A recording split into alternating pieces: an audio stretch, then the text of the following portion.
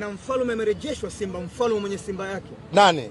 Clatous Chota. Pale ndo amejidhihirisha kwamba wao ndo Tasafu FC. Ile ni timu ya Tasafu. Wavinua mgongo, watu waliochoka waenda kunyosha miguu kule. Sijumewa, ule ndio ukisikia Tasafu FC ndo vile. Hivi wao leo Chama anakusaidia nini? Na ndio maana nikawaambiaje cha kufanya. Kama wameamua kumrudisha Chama kwenye timu yao, tunaomba washabiki wa Azam FC wamuombe radhi Aishi Salum Manula, kwa sababu katika siku ambayo walikuwa wanatangaza kwamba wale ni maduka, ni pamoja na Aishi walimtaja na Chama walimtaja. Hata leo Chama mmemrudisha vipi kuhusu Aishi? Hamwezi kumrudisha kwenye timu yenu, ila mtakeni radhi na mseme Aishi Manula tunaomba tusamee.